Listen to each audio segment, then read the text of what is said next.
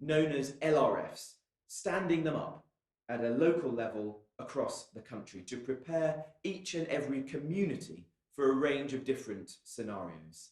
There are 38 LRFs in England, which are made up of emergency services, a range of government agencies, health bodies, and local authorities. They're headed by some of the most senior and experienced local leaders of the emergency services, of councils, the NHS, and others who together are leading their communities through the crisis with the full support of central government. Recognising the unprecedented challenge that we faced, I took the decision to embed within them some of the finest military planners in the world from our armed forces, and I'm very grateful for their hard work in recent weeks. This combined expertise and leadership is ensuring a comprehensive, coordinated, and consistent response across the country. Responding to the urgent need for personal protective equipment to reach the front line of the care sector, we've mobilised LRFs to help distribute PPE, and thus far they've delivered over 67 million items in England alone since early April. Together with local councils, they're also assisting us in supporting some of the most vulnerable individuals in their communities. And to date, they've helped us to ensure that 1 million boxes of food and essential supplies have now been delivered to those people identified by the NHS as extremely clinically vulnerable to coronavirus, the shielded.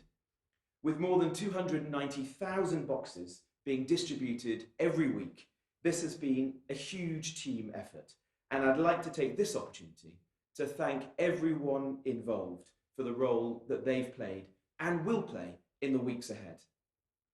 We're also working very closely with mayors to make sure that we have a coordinated approach to tackling coronavirus at a local level.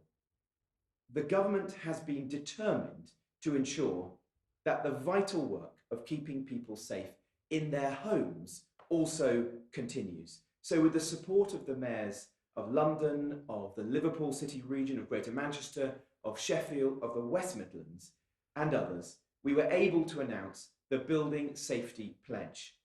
These mayors have come together because they have a number of the high-rise buildings with highly flammable cladding in their respective regions. And the pledge that we agreed sends a very clear message that vital building safety work must continue, despite the coronavirus pandemic. And we've been joined by 25 local authorities, including 18 in London, who've also given their fulsome support. As work on many of these critical sites was paused early on, it's now slowly starting to reassume as a result of this initiative. And I would urge any building owner or contractor to do so as soon as practical, where it's safe to begin work once again.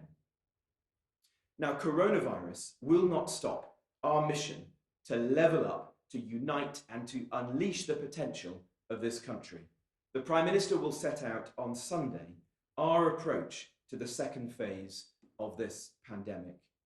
And as we look ahead to supporting businesses as they're able to reopen, my department will lead our work on how our local economies can adapt, evolve, recover, and grow. I will continue to support mayors and local government leaders who will play a critical role in this work. Every local economy now needs a plan to restart and recover.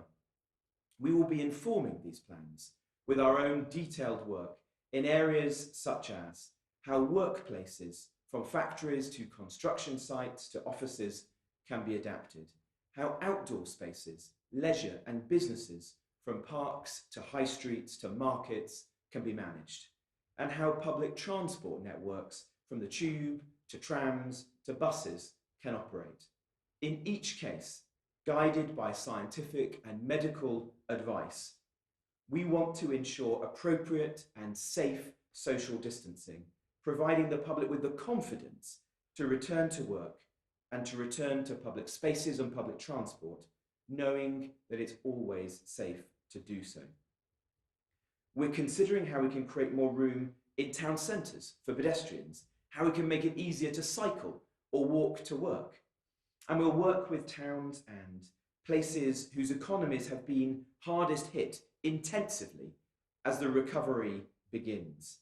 And our commitment to infrastructure investment remains undimmed. For example, over 2/3 of HS2 sites are open. We want infrastructure and construction work to begin again, wherever it's safe to do so.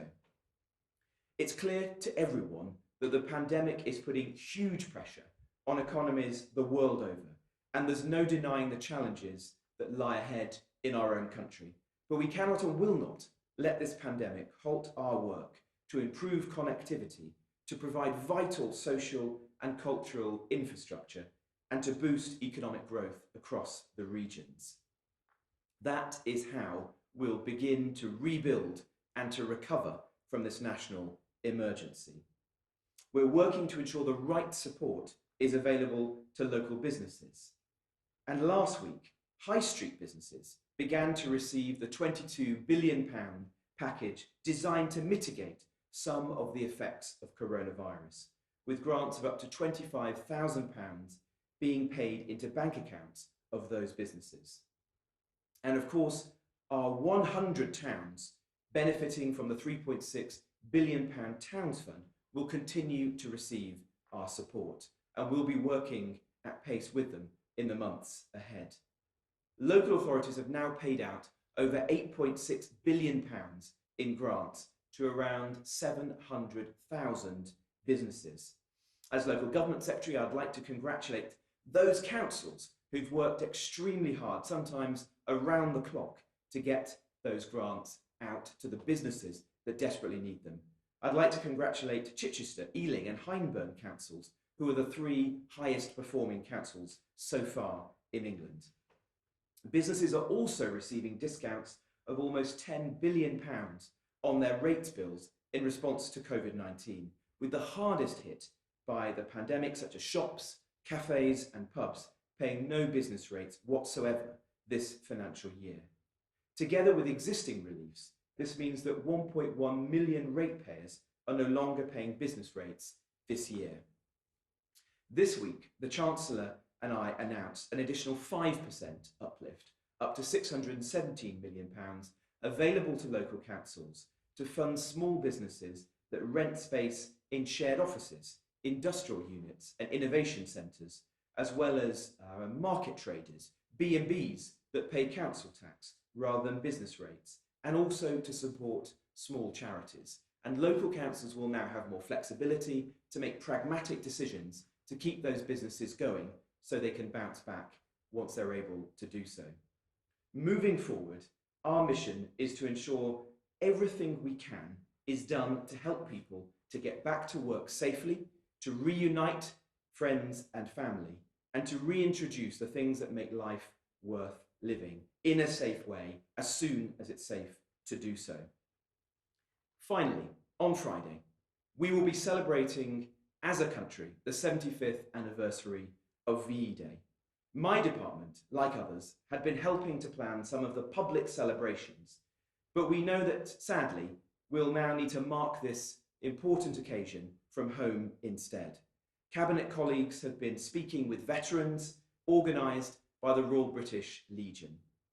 I had the pleasure earlier this week of speaking to Leslie, a 98-year-old World War II veteran, on the phone.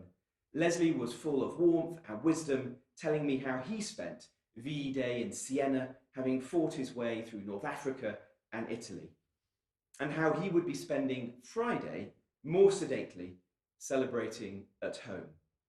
He said to me that as we rebuilt and we recovered then, he's certain that we'll do so again this year. I'll now hand over to Dr. Kanani in the first instance, and then to Professor Doyle. Thank you. Thank you, Secretary of State. And I wanted to just reflect on your point about community and thank communities for following government advice at an incredibly difficult time. I'm a GP, and before I was a GP, I grew up in a community pharmacy, and my colleagues have been facing probably the most challenging time they've ever had to. And right across the NHS, people are working under significant stress and strain. And our communities have helped to look after them and look out for them through staying at home and following government advice and becoming volunteer responders and looking out for their own communities. So I want to thank you for that. It's really challenging, isn't it? I have a family member who's shielding. I'm homeschooling children, and it feels difficult. And we all want reassurance, and we miss the familiarity of the things that we always used to do. But I wanted to reassure people who are listening and watching today that your primary care services are still there for you. I want to pay tribute to our GP practices and our general practice teams, our dentists, our optometrists, the unsung heroes, the community pharmacists on the high street who've continued to work day after day and make sure that they're there for you. This bank holiday, they'll be open as well. And it might feel a little bit different. You might have more telephone calls or online consultations. You might see somebody dressed in PPE, as I was yesterday in my surgery.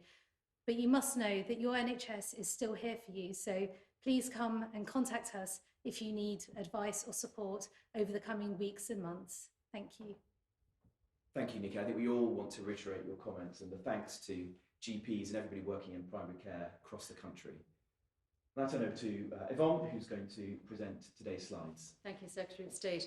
So just to remind us all of the 5 tests for adjusting the lockdown here, we can see that they relate to capacity and to mortality, to deaths, and also that we are actually controlling the epidemic itself and the transmission of the epidemic. So looking at the first graph here, please, the next slide, we can see again that this is about transport.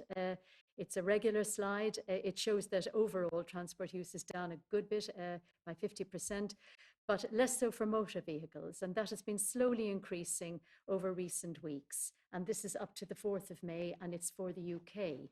Could I have the next slide, please? The important message in all that, of course, is that we must still respect that this virus does transmit, and to stay at home and not to interact too much, because people are still very vulnerable to getting this virus. Now we can see here the daily tests, and these have increased over time, and this is up to the 6th of May. But I will move on really to the next slide, which is of interest, which is the new cases. And here we have more new cases, and this may be a matter of concern, but of course it's also a matter of testing more. So we are doing more testing, and therefore we will find more cases, and this is what we want to do. We want to find the positive cases so that we can break transmission. So on to the next one, please, and this is about people in hospital. I know of great interest to you listening, and the news here is generally very good. You can see where London had its early epidemic, and it has declined. The cases in hospital have declined, as more slowly perhaps of other regions. And we see here where the Northwest has now has more cases in the hospital than London, but overall we have about 13,000 cases, which is a decrease, and it's good news.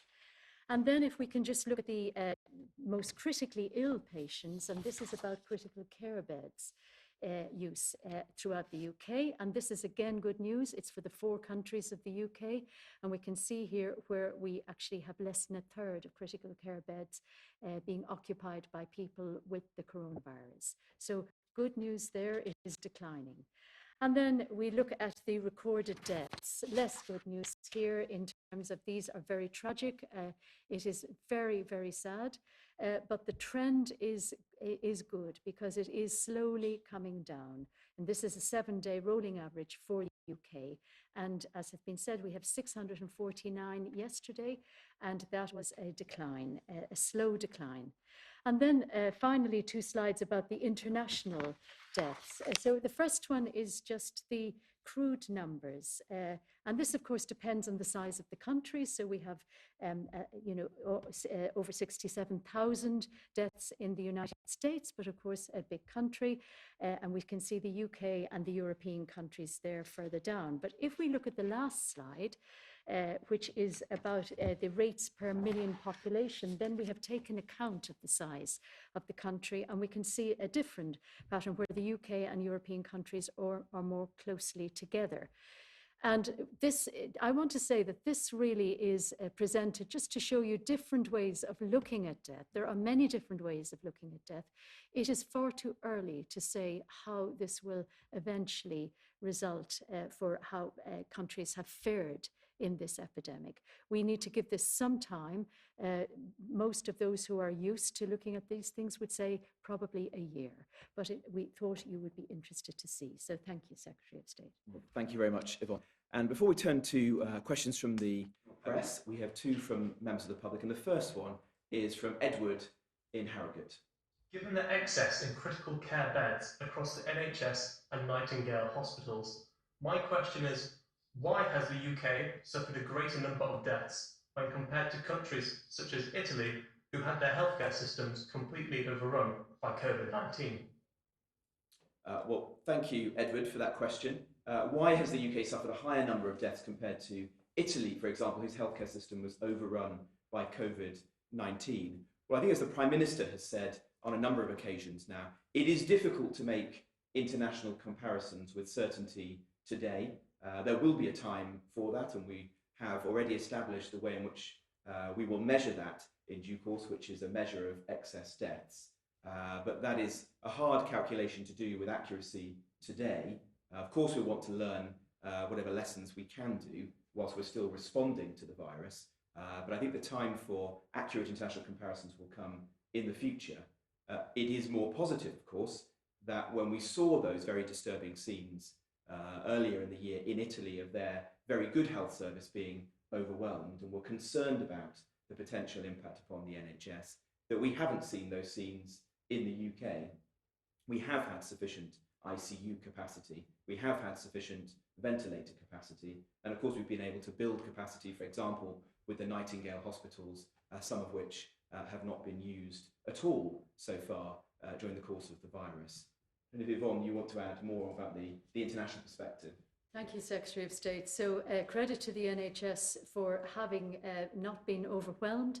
But in international comparisons, as I have mentioned, countries, Edward, measure in very different ways. They measured this virus number of deaths in different ways. And that is absolutely fine so long as that is consistent in each country. It makes international comparisons very difficult, though, because we are not comparing like with like. And it's worth continuing to stress this because over time, probably the right measures have been outlined by a number of our experts, including our Chief Medical Officer, which would be excess mortality, excess deaths overall in a period of time. And then we will know truly how we have been impacted, but also this is a comparable measure internationally. So we would then be able to understand how we have been impacted internationally as well. Thank you very much. Well, our second question is from Emma from Swansea. And Emma's question is, religion is a huge part of life for many in the UK. Seeing sport prioritised in discussions over other parts of life has been hard to see. How will the government protect the rights of religious communities to practice their faith in community as the lockdown is eased? Well, I think that's a very important question. Obviously, in any part of our lives, the government has been driven by a desire to protect life and has taken expert medical and scientific opinion. But we're very aware that this has been a difficult period for different faith groups. You've seen, for example, the Jewish community having to hold their Seders at Passover by Zoom and without having their friends and family around them. You then saw the same at Easter, where churches were not able to come together, and the Archbishop of Canterbury and Cardinal Nichols and others held their sermons and services over the internet, as in churches across the country. And then at the moment, through Ramadan, friends and family are not able to come together to break fast in the way that they traditionally would. And we know this is very tough, and none of us would want these restrictions to continue a day longer than they need to. But it is right that we stick to the advice, the medical advice at this time, however much it goes against our traditions and our religious beliefs, in order to protect others as well as ourselves. We are in conversation with faith leaders across the country to consider how, when the time is right, they will be able to recommence services in churches and mosques and synagogues across the country. But that moment is not now. We've also been working with them on how we can ensure that funerals and other important events in people's lives are conducted in an appropriate way. And my department has issued guidance to enable people to hold funerals in public spaces, for example, like crematoriums, with close members of their family around them, because none of us want to see scenes, which we did see, unfortunately, in a small number of occasions early on in the virus, of funerals being conducted with few, if anyone, present. That wasn't right. We've issued guidance now, so that shouldn't happen again, and we're working with faith leaders to see how, where appropriate, those funerals could be conducted in churches or other settings like that as well. I don't know if Yvonne or Nikki, you want to add anything to that from your perspective? As you said, it's important that we work with our communities. We also know that we've seen a difference in how different communities have had COVID-19 infections as well. So there's a lot that we can do to understand how our communities are responding and making sure that communities have what they need during the coming weeks and months. And Secretary of State, could I just cite my thanks to the various religious leaders that have worked with Public Health England and with the NHS to handle very sensitive issues in a very helpful, proactive way, understanding how very difficult this is for the communities in terms of handling the host, in terms of group gatherings, and then sadly in terms of funerals and respectful handling of bodies. And we have worked very constructively, and for that I'm very grateful. Absolutely, thank you. Well, thank you, Emma, for that question. And our first question from members of the press comes from Patrick Burns from BBC West Midlands. Good afternoon, Patrick. Good afternoon, Secretary of State. And I'm sure you don't need me to remind you that at the beginning of all this, the Prime Minister pledged to local authority leaders that they would have a key role, the lead role, in bringing their local communities and vulnerable people through all this. Resources will follow, he said. Well, 6 weeks on, it's beginning to look as though even the extra help that you've been talking about just now may not actually be enough. If you think of Birmingham City Council alone, the extra costs they've incurred already as a result of this, heading north of £260 million and counting. And their leader, Ian Ward, says that really crucial services like adult social care and children's services may be compromised in the near future if, as he puts it, the government doesn't match its words with action. Well, thank you. Well, let me be very clear to local council leaders across the country, including in the West Midlands. We will stand behind them, ensure that they have the resources that they need to carry out the absolutely critical functions that they're playing in our national response to coronavirus. That was the promise that I made to local council leaders, as did the Prime Minister early in the life of the emergency. We've already provided £3.2 billion of additional resources to councils in just the last 2 months. We've provided almost £4 billion of cash flow to councils, precisely so that they shouldn't have to face the difficult choices that you've just described between responding to the virus in their own communities and continuing to do very important public service functions like refuse collection, for example, looking after vulnerable children in their communities. In the West Midlands, local councils will receive £347 million to deal with the pressures of coronavirus. And that comes on top of a very generous settlement at the beginning of the financial year, which also increased their core spending power by over £300 million. If further resources are required to meet the COVID-related costs that we've asked councils to bear, then obviously we'll take that into consideration in the future. And I've been working very closely with local council leaders and the mayor in the West Midlands, Andy Street, who's been doing a fantastic job at leading the community forward through a very difficult time. I don't know if there's anything further you'd like to ask Patrick, or move on to the next question. I'd just like to really sort of suggest that the key issue here, Secretary of State, is making sure that the extra support gets through to all the authorities who need it. If you take Shropshire as an example, they say the money that they've received doesn't yet cover all the extra costs that they have incurred. And within that area, if you talk to Shrewsbury Town Council, they've been saying on BBC Radio Shropshire that not enough of the money is actually filtering down to the lower tier authorities like them, who, as they point out, are actually closest to the very communities who most need the help.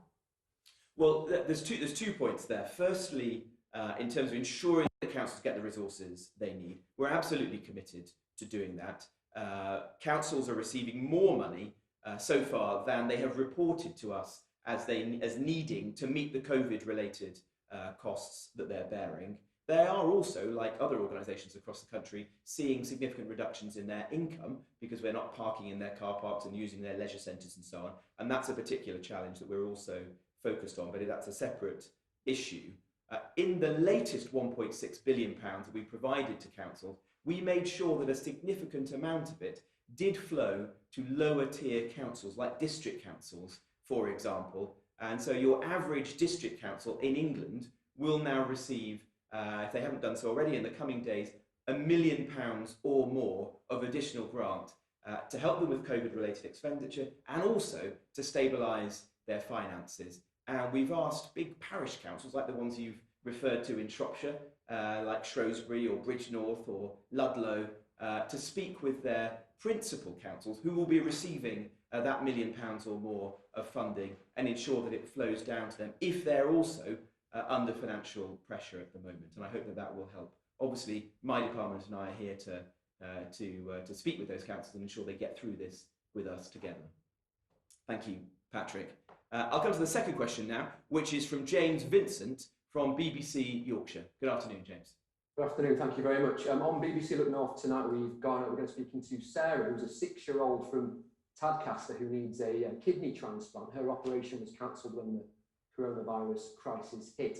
What works the government and the NHS doing to make sure that those people that need vital care, vital operations away from coronavirus are going to get that as soon as possible? And what's the NHS and the government doing to make sure that any backlog is worked through in the best possible way? Thank you, James. And that's a very important question, which I'm sure is on the mind of many people across the country. Can I perhaps come to Nikki in the first instance? Absolutely, thank you for your question. And it's something that we're thinking about very actively, as you can imagine. I think it was right that over the last few weeks and months, the NHS made a concerted effort to focus on services that were either urgent for an individual or were related to the COVID response. And we absolutely had to do that. So we had to step away from other procedures and routine reviews that we might have otherwise done. But now, and as Sir Simon Stevens wrote last week, we've asked the whole system to start to think about how to get back to what we call normal services. And there will be some things that we want to keep. So during the pandemic, actually services have revolutionised the way that they've worked, whether that's by using digital technology or developing new ways of caring for patients. But in the case of the child that you mentioned, that child will be prioritised and that operation will be scheduled so that we can get people back on track and that the really important things happen as soon as possible. Very good, thank you. Do you have a follow-up question, James? Secretary of State, a quick follow-up on council finances. Our councils in Yorkshire are saying that there's a £200 million gap between what you're providing and what they think they'll be spending on the coronavirus crisis. On Monday, you told MPs that some of those calculations from councils were highly speculative. Are you suggesting that they're perhaps getting their sums wrong? No, not at all. We've provided, as I've said, £3.2 billion to councils already, plus £4 billion of cash flow. So it's a lot of money to be provided in just a 2-month period to councils. And we think that is sufficient to meet the immediate demands of the crisis. However, as we understand better the length at which lockdown measures may have to be in place and the economic disruption that flows as a result of the crisis, which is difficult to judge today, we will work with councils to ensure that they have the funding that is required so they can navigate their way through this difficult period. So my message to councils is continue to do the important work that you're doing, whether that's on adult social care, getting rough sleepers off the street, supporting the vulnerable, getting those business grants out to the community, and we'll make sure that you have the funding that's required, and we'll work with you to better understand in the weeks and months ahead the true impact upon your finances of the disruption economically that we're suffering and of their response to coronavirus. It's too early to tell in some cases what those costs will be, but we will learn in the weeks and months to come, and we'll work very closely with councils, including throughout Yorkshire. Thank you. The next question is from Tom Sheldrick, who is from ITV Tyne Tees. Tom. Thank you. Good afternoon. Last week, our analysis revealed that the North East has had a higher number of confirmed coronavirus cases per head than any other part of England, and the gap is continuing to widen. The virus is affecting some of the most deprived areas in our region particularly badly. The regional chair of the British Medical Association, Dr. George Ray, has called for the government to act on health inequalities, which he describes as a point of national shame. So what are you doing now to try to reduce the number of people in the North East being infected with coronavirus? And going forward, how will you address long-term issues, which mean that people in our region are less likely to be in good health and at greater risk from viruses like this? Thank you, Tom. Well, I'll ask Yvonne to speak in a moment to the main part of your question. But on the broader issue of emerging data suggesting the socioeconomic impact upon deaths with the virus, obviously that's extremely concerning to us. We want to understand all of the contributing factors that make people more vulnerable to the virus, including those, and including, for example, some of the ethnic groups like the BAME communities and their exposure to the virus. We're working with Public Health England and on some of those issues, like, for example, the BAME issue.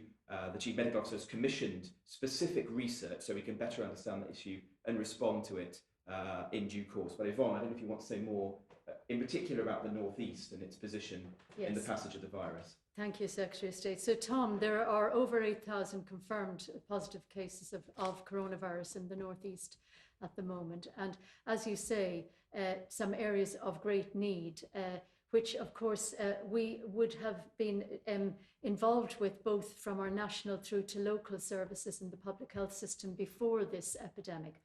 What we really need to know now first is to understand what additional or excess impact this virus has had on those communities and how distributed that might be. So as well as doing work on generally on disadvantage in particular groups in the population, we would like to look at the geographies that have been most impacted by that, and that work is underway, and we will be able to describe that as we go forward over the coming weeks and months. But we also, I would want to reassure you that, you know, the business of as usual work needs to continue in working locally to promote the good health of people and to ensure that we are protecting their health from issues other than COVID. Because one of the great dangers here is that people forget that actually there are other harms in the population, some of which may be greater than the virus itself.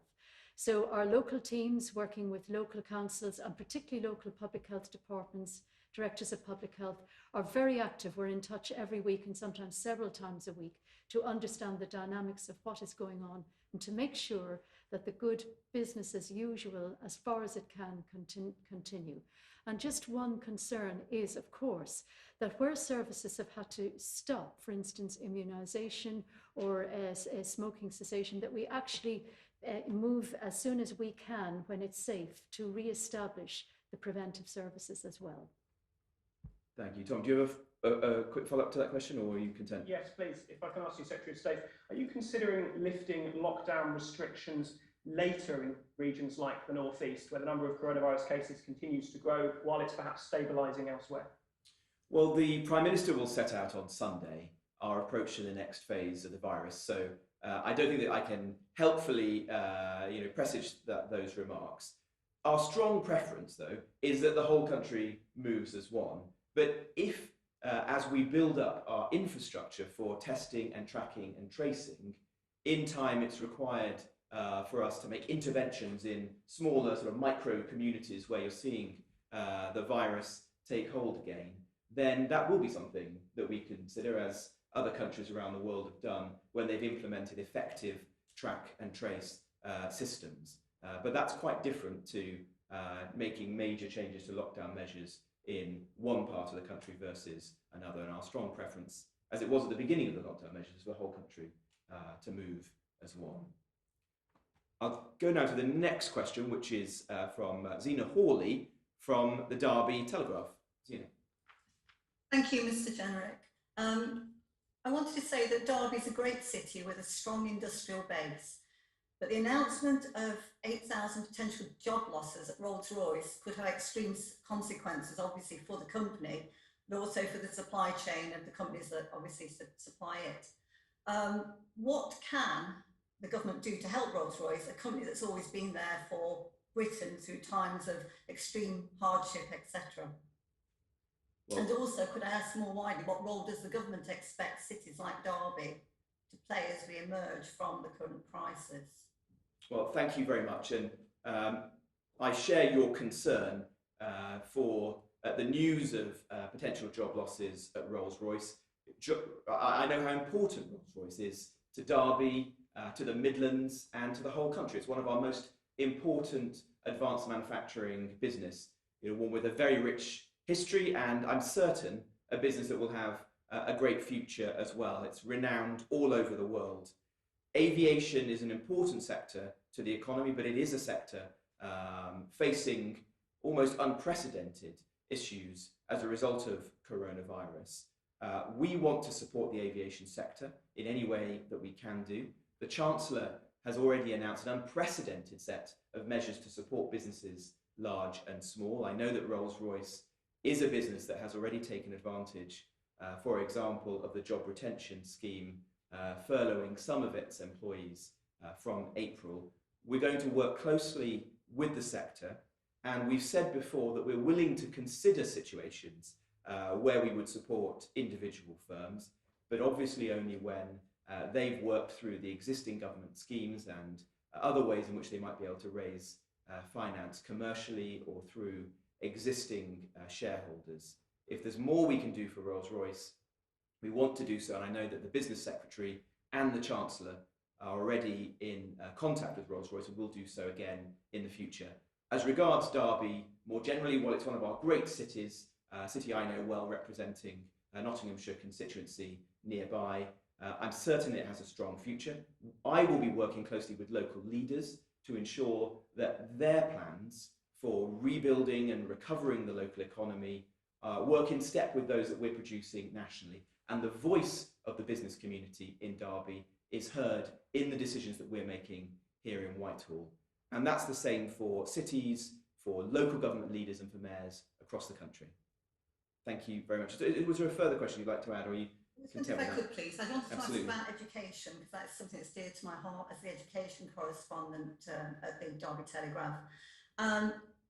Schools and their plans for reopening. I've had discussions with local unions, I've had discussions with local experts in the education field, and there is a strong feeling that it's going to be very, very difficult to achieve very easily. And I'm wondering whether or not there is going to be any move towards having PPE in schools at all. So far, teachers have been going into school, they've been there for key workers' children, they've carried on, and I know there's been quite a bit of illness among teachers. But I mean, what can we do to protect our teachers and actually give confidence to parents, staff and pupils that could be going back to school any time?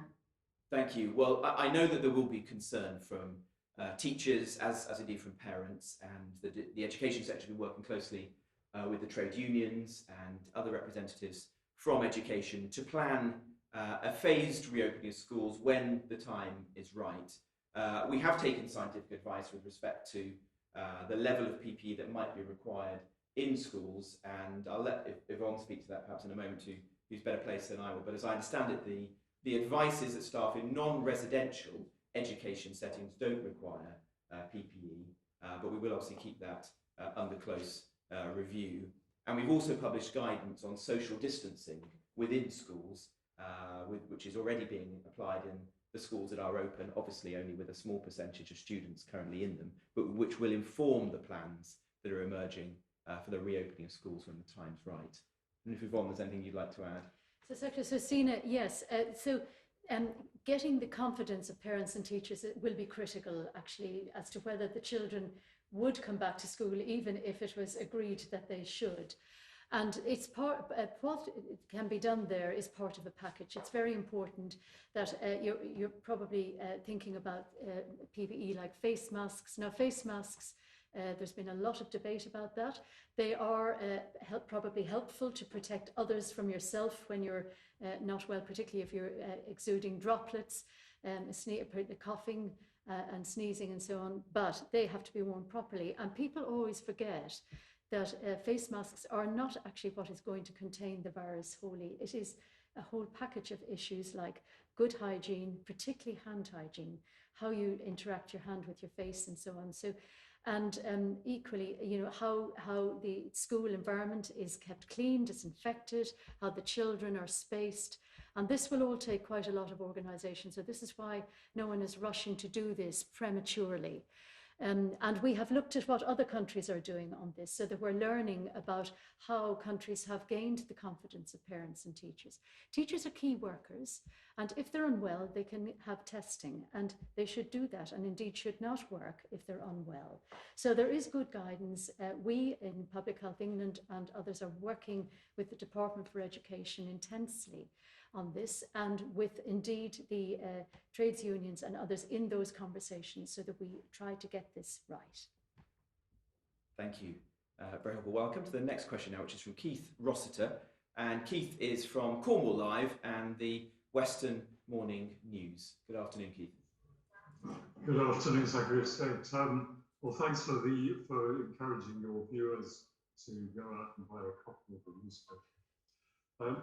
Cornwall relies heavily on tourism and the hospitality industry, and our hoteliers, publicans and resorts fear that they can lose the whole year if they don't reopen by July. If that happens, what will the government do to support them? Thank you. Well, I think we all understand that many businesses across the country are suffering, but those in hospitality are particularly poorly equipped to cope with what's happening at the moment.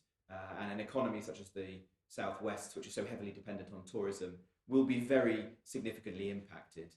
The package of measures that the Chancellor has already brought forward are helping businesses in Cornwall. I think Southwest councils will receive over £1.5 billion of business support, and there's 126,000 businesses within the Southwest who are eligible for those grants. I know that Cornwall Council is one of the best in the country for getting those grants out to the businesses who really need them. They've already paid out £202 million worth of grants to 17,789 firms, which is one of the highest in England. And I pay tribute to the officers at Cornwall Council for doing that. The Prime Minister has said today that if further interventions are required to support a sector like tourism or hospitality, we will obviously consider that and bring forward appropriate measures when they're needed. We know that it's going to be very difficult for them in the months to come, and we want to try to guide their path through this period so that they, like the rest of the economy, can bounce back when we're able to reopen in due course. Keith, I don't know if you have a second question. Yes, I do, thank you. Sir Patrick Vallance earlier in the week suggested that, or hinted that some regions could come out of lockdown sooner. And we saw from one of the slides earlier that the Southwest has the lowest number of cases. If we were released sooner, what support would there be for Devon and Cornwall police, who are already very overstretched, to prevent a large-scale invasion of holiday makers? Well, I'll perhaps turn to Yvonne to speak about the regional disparities in the path of the virus and how we might respond to that, including through tracking and tracing. In terms of local councils and the emergency services and ensuring that they have the support that's required. As I said earlier, we're providing additional funding to forces, and the Home Secretary is speaking with national police chiefs to ensure that they have the right guidance and consistent messaging that they can use to enforce the lockdown rules where that's required. And as we've seen so far, the vast majority of members of the public have chosen to do so and to adhere to the messaging. And most police forces have been able to support the lockdown measures through consent, which is the way we want to do things in this country. But in the isolated number of cases where that's not been possible, obviously they've also had tools at their disposal to fine and to enforce the lockdown. Yvonne. So thank you, Secretary of State. So Keith, there are over 14,000 confirmed cases in Cornwall. And saying that it's a big county, so actually the epidemic seems to have had somewhat less impact in the southwest. And we need to be absolutely sure that it stays that way. So we're watching it very carefully and hopefully it will. Now, if and when restrictions ease on the way people are living lives at the moment, it will be very important that we don't begin to see the re-emergence of transmission.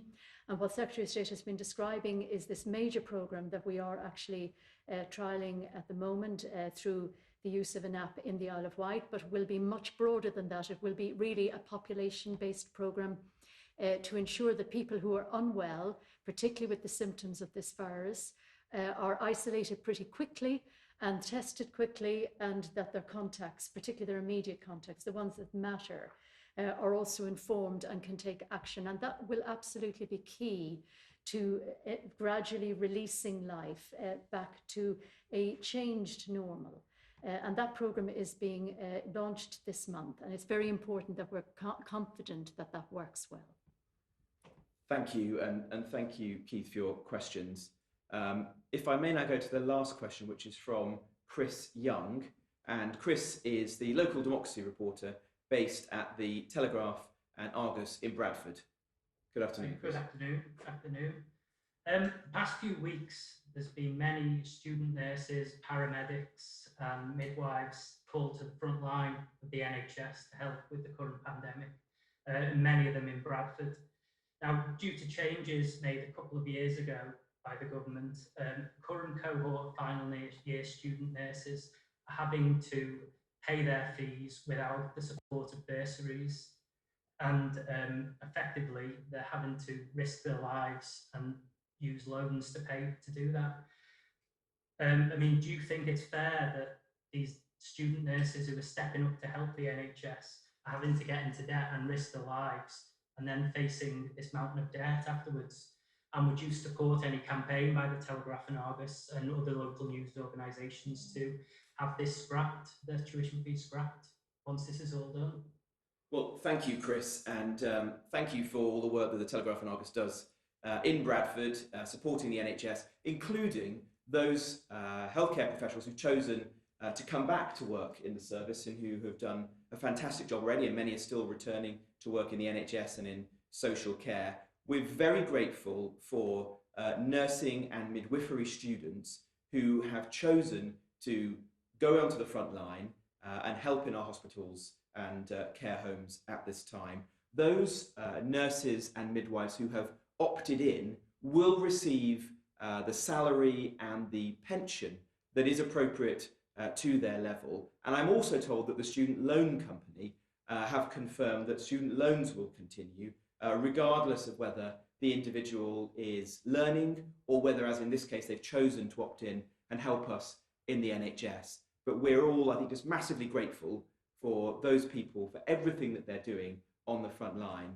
I don't know if, Nikki, you want to say anything more about the returners and yes, those people who've been absolutely. volunteering? Thank you, Secretary of State. I'll just echo your Thanks Festival, we've seen an incredible number of not just our students coming to work at a really challenging time across all the professions, but a huge number of staff coming back, so people who've retired or who've left the NHS thinking that they want to come back and work with us and support our patients. So I'm incredibly grateful to them. We hope that some of those people who've returned will want to stay with us as well. So we're looking now to create different ways of working so that those members of staff who've come back and joined us can stay working with us. And that could be different ways, so digitally, remotely, working with their local practices in the case of primary care.